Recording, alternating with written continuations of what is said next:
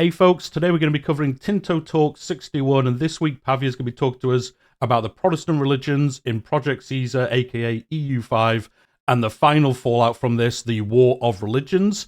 First of all, he's going to say that they differentiate the three main Protestant religions, Lutheranism, Calvinism, and Anglicanism.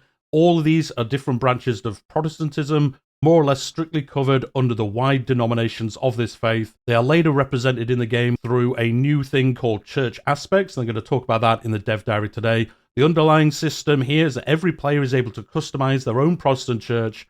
As an example, the early Anglican church was funded by Henry VIII, and this was very different from the Anglican church that developed under the time of James I, and further division happened with the Puritans. They're going to aim to bring that into the game itself, so you don't just have like the Protestant faith and then some like little versions of it. You can actually specialize this per country, kind of like how many rulers did historically, and that looks like it's going to be really fun to do as well. So the first thing they're going to show here is the Lutheran faith. You can see this on the map at the moment. It is using the same save as last week's Tinto Talks, so some things on the map look kind of similar. That is why. The Reformation was born in Perugia, and after several years, it has already spread to some countries, such as Denmark in this example. You can see that with the hashed color there, it's in Denmark, and then the same things we saw last week. Next is going to show us the actual overview of Lutheranism in the games. This is its religious panel, so you can see here Lutheranism, a religion, part of Christianity, clergy estate satisfaction equilibrium plus 5%, monthly religious influence 0.10, tax efficiency 5%, and then all the countries here that follow it, as he was just saying, Denmark being the biggest one in his save. Next, they're going to show the religion tab for this. You can see the primary religion, Lutheranism, the language, which is Latin, religious unity, tolerance, conversion rate, holy sites, tolerance of heathens, tolerance of heretics, the religious influence that this religion currently has. You can add a religious aspect. Again, they're going to talk about that in a minute. There's some religious actions you can do. You can dissolve the monasteries, a popular thing to do for these religious people, at least some of them anyway. Deport heretics or grant ruler a divorce. Some would say some religions sprang up just for that reason, but you know, we won't get into that too much here. Similar to Catholicism and other religions, it also uses the religious influence as currency. You can see that here now. This is an ability that a country has to interact and influence members of its primary religion. Depending on the religion, it will have different effects, basically. So this is a currency to add or change religious aspects to your church. It is also used to perform religious actions, as we saw above, dissolve the monasteries, things like that. So this is the religious aspect for the Protestant church, and you can see further information about that here. So some religions have aspects that further specializes details of the country's version of the religion, which is more focused on the Protestant church. There are plenty of aspects, and some of them are going to be shown here. There's a huge big list of these, so we'll take a look at a couple of them. Adult baptism, peasant estate satisfaction equilibrium plus 2.5, pop conversion speed 20%, that looks pretty good. Monthly progress towards innovative 0.10, appointment of bishops, you can see bread and wine, and then a bunch more as well here as well. Crown as head of faith, crown power 10%, monthly control 0.10, freedom to preach, individual creeds, and this is how you can kind of specialize your version of this church. Select the ones of these that you want, build up that currency, and then select them, and then really kind of specialize it to work for your current campaign. There's probably going to be like meta builds, I guess, like the perfect combination. But I think if you're like me, you're probably going to pick ones that fit your campaign and really make it kind of special for each campaign that you do. Or, you know, like I say, do the meta build if that is what you'd rather do. Again, a bunch more of these. Parish registers, Solio Deo Gloria, translated Bibles, usury allowed. So many of these that you could specialize it with, and I'm sure there's a bunch more as well. But as you can see, it's not just like pick one of 5. There's what, at least like 15 or 20, it looks like, just there that they've shown us. So a lot of ways to change how this works. You could pick some of these that are more warfare focused, more conversion, more keeping your estates happy, more giving the crown power, more what you want to do with your version of the faith. So what they're going to do next is show us what happens if you choose to pick one of these. The one they've chosen here is translated Bibles. This gives you the estate satisfaction equilibrium plus 1%, max literacy 10%, which is really nice, makes everyone that little bit smarter, helps you with a bunch of things around the game, as we have seen all the way through these dev diaries. Monthly progress towards innovative 0.10, and you can implement this for 50 of that currency, which looks pretty good. The base number of religious aspects that define a church is 3, although this is subject to review as usual, so just saying this would change before the launch potentially. and it is possible to have entirely different and unique aspects per religion, as it is scriptable and moddable. So again, you're going to get mods, I would imagine, that add a bunch more of these as well. Furthermore, the religious aspects can have an impact on the relations a country has with another that also has that religious aspect. Since the aspects can be partially shared between faiths, this could lead to some unlikely friendships and hostilities. So yeah, I didn't even think about that. So if you have all these different faiths, but some of them overlap with these aspects, you could actually have like unexpected allies, as he says here. You know, this faith picked this picked another, and then we matched up, and like we kind of like each other that little bit more now. Or hostilities if they do split a lot differently. Next, they're going to look at Calvinism, which is similar in structure to Lutheranism. It also spawns during the Reformation situation. It also has the Calvinist preachers that spread it, and also the religious aspects and actions. So as we saw last week, and I gave some feedback on this, and a couple of you did in the comments, Calvinist preachers building type.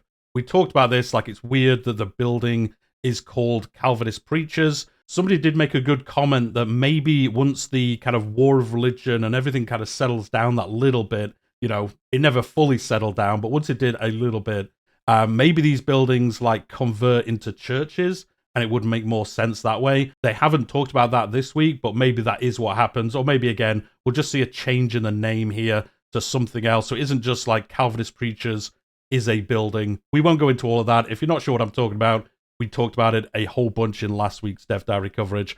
But as you can see here, monthly religious conversion, 1% better, the required production method, how long it takes to build, all that cool stuff. The next thing they're going to show is the actual Calvinist religion itself. Clergy estate satisfaction equilibrium plus 10%, monthly religious influence 0.10, retreat delay plus 10. You know, they're staying there, they're not retreating, they're going to try and fight out those battles. That little bit better, I believe that means.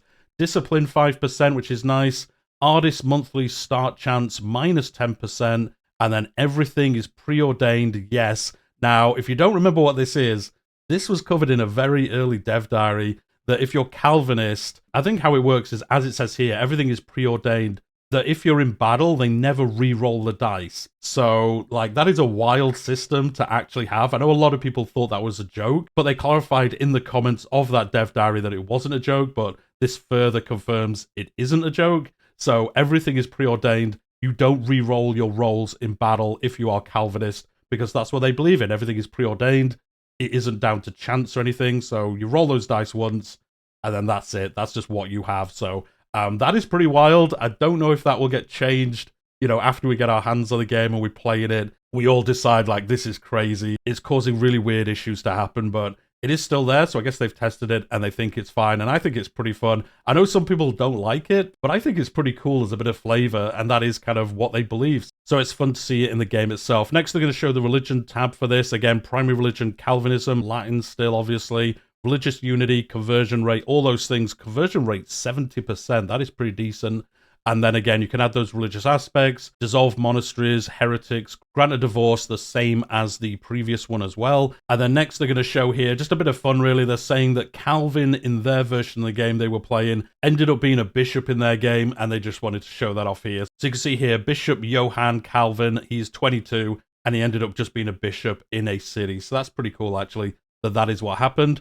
Lastly, they're going to show us Anglicanism. This Protestant religion doesn't trigger through a situation, but as an event for the English, which may trigger after the Reformation is active. You can see here the Act of Supremacy. You've got Lady Anne Boleyn, Thomas Wolsey, the unwillingness of error, current wife get name. They do say below that's just an error when they force this to happen. It would usually have the proper name there. To deliver a male heir remains a cause of great concern for the king. Again, it would put the king's name there. Who has grown weary and instead become infatuated with a tenacious Lady Anne Boleyn, and then everything that happened historically due to this. So take command of the church. This will found Anglicanism, accept the supremacy of the papal states. I imagine if you're playing as England, you're probably going to take command of the church, but again, it's cool that you get that choice. You know, you don't want to do that. You want to stay Catholic, and that will change how things happen in Europe especially. So they're going to show here the event option, take command of the church. Lady Anne Boleyn is added as a character. Many Catholic population will convert to Anglicanism. We convert to Anglicanism as well. We lose 20 stability. Her assertive and ambitious nature, as well as her involvement in court politics, antagonizes the lords. Our lords lose 10% satisfaction, and the Anglicanism religion will be founded if you do this. Our Chancellor reports Anglicanism, a new heresy has appeared in Christianity. Clearly, these are people who do not understand that the only truth is the Catholicism faith. Obviously, they're going to say that. And again, one thing we can point out here, I think the art, again, is looking way better. The UI looks quite nice now, a little bit more texture. I think there's still work to be done, especially with like how the boxes work, where the text is. But I think we can all agree this is looking way better than it was like 10, 20, 30 dev diaries ago. They are making those improvements. As we always said, that is one of the last things that gets improved because they want like all the systems in place. There's no point designing UIs for things that ultimately get removed or something like that. So we are seeing that improvement with the UI. And then as we've seen with all the other ones, this is going to be the religion, how it actually looks in game. So the Anglican religion is part of Christianity, monthly religious influence 0.10, building costs -5%, max literacy +5%. So again, a different version of Protestantism and different bonuses due to that happening. And this has just happened, so nobody currently is following this religion. And then again, you can see here some more information again from the religious screen this time.